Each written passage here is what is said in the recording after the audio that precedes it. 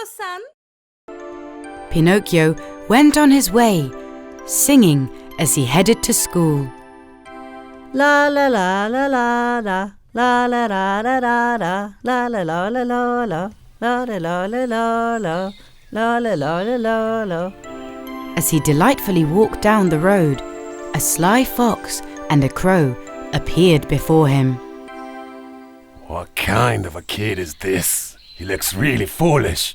He probably has money in his pocket, too. Hey, where are you going? I'm going to school. Well, you don't have a notebook, pencil, and a school bag. How can you go to school?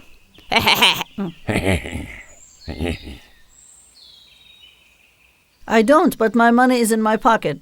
I'm going to buy them with this. The fox and the crow looked at each other and started laughing mischievously.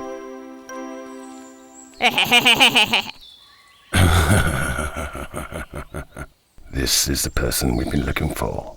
We can trick this dog easily. Oh, this is such a small amount. You can't buy all of them with this, but I know a shop where everything is half the price. If you want, give us the money. We'll run and get all of them for you in a snap. Plus, you'll have some money left over too. Oh, really? That would be great. Thank you so much. You're such great friends. Okay, you sit under this tree and wait. We'll go and bring you what you need.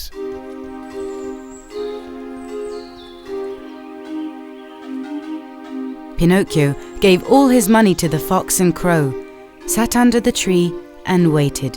He waited, waited and waited. After a long time, Pinocchio finally realized that he had been tricked. He was thinking sadly about what to do. Suddenly, the good fairy appeared before him again, fluttering her wings. Haven't you gone to school yet? Why are you here? I hope you don't forget the last time. Please tell me the truth. Ashamed of having his money stolen, Pinocchio lied again. I dropped my money out of my pocket.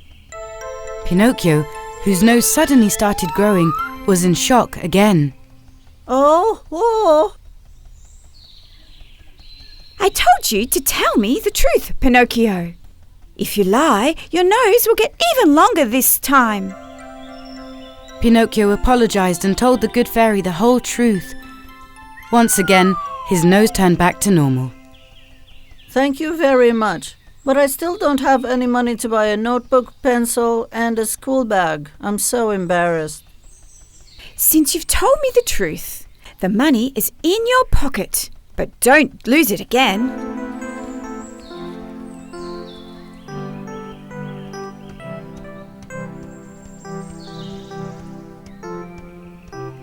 As Pinocchio was walking and singing on his way, he suddenly came across the puppeteer from the circus. As soon as he saw Pinocchio, who ran away from the circus, he started to chase him. Come here, you little naughty puppet. Pinocchio, while escaping with fear, tripped on a stone and fell straight into the sea. Help! Help! Help! But because he was made out of wood, he didn't sink. As he moved his hands and feet in order to not sink, he realized that he was swimming. He liked it very much, so he swam, swam, and swam. But that day, the sea was very wavy. The waves dragged him very far. He was so far out in the sea that he was sleepy from exhaustion, and since he didn't sink, he comfortably fell asleep on top of the water. When he woke up, he found himself in a dark place. Hey, what's happening? Where am I? What is this place? Ew, it smells awful. As his eyes got used to the dark, he realized that he was now in the stomach of a large whale. It turns out that a big whale had swallowed him. Geppetto was worried sick about Pinocchio, who still hadn't come back home. He went out to search for him. He asked everyone he came across. Have you seen a small wooden boy pass by? He came all the way to the seashore and asked the fisherman. About an hour ago, a kid fell into the sea around here. He may be your son. Please give me a boat. I'm going to go out to the sea. I need to find him. The fisherman gave him a small boat. Geppetto got in the boat and sailed out to the sea. Pinocchio, my son. Pinocchio, where are you? The small boat couldn't fight the waves, and when it capsized and flipped over, Geppetto fell into the sea. The whale that had swallowed Pinocchio also swallowed Geppetto. He also didn't understand where he was in the pitch darkness. But Pinocchio saw him and started crying. Father! Father! You found me! I was so scared! Pinocchio, my son, my son. Forgive me, Father. I will never disobey you again. Okay, Pinocchio, we'll talk about this at home. Now let's search for a way to get out of here. Father, I'm going to try something. I hope we succeed. Good fairy! Good fairy! Can you hear me? The waves carried his voice all the way to the good fairy's ears. My God! This is Pinocchio's voice! The fairy flew towards his voice and appeared inside the whale's stomach where they were. Pinocchio, you are truly regretful, and I will help you one last time. When she touched them with her magic wand, they found themselves at the shore. After that day, Pinocchio became a very smart kid. He always listened to his father. He was going to school and helping his father just like the old days. The good fairy tested Pinocchio from time to time.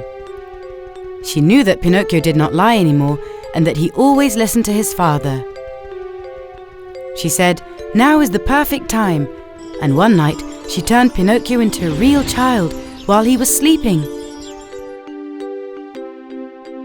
The next day, when Pinocchio woke up, he felt a little strange. His heart was beating and he felt blood flowing throughout his body. He was no longer made of wood, but was a real child. He ran straight to his father. Father! Father! Look how much I've changed! My God, my prayers have been answered. I now have a real son. After that day, they lived happily ever after. Pinocchio was now a child to be proud of. Hey guys! Subscribe to our channel Kondo-san and watch the most popular fairy tales, cartoons, and nursery rhymes. Don't forget to click the bell for notifications.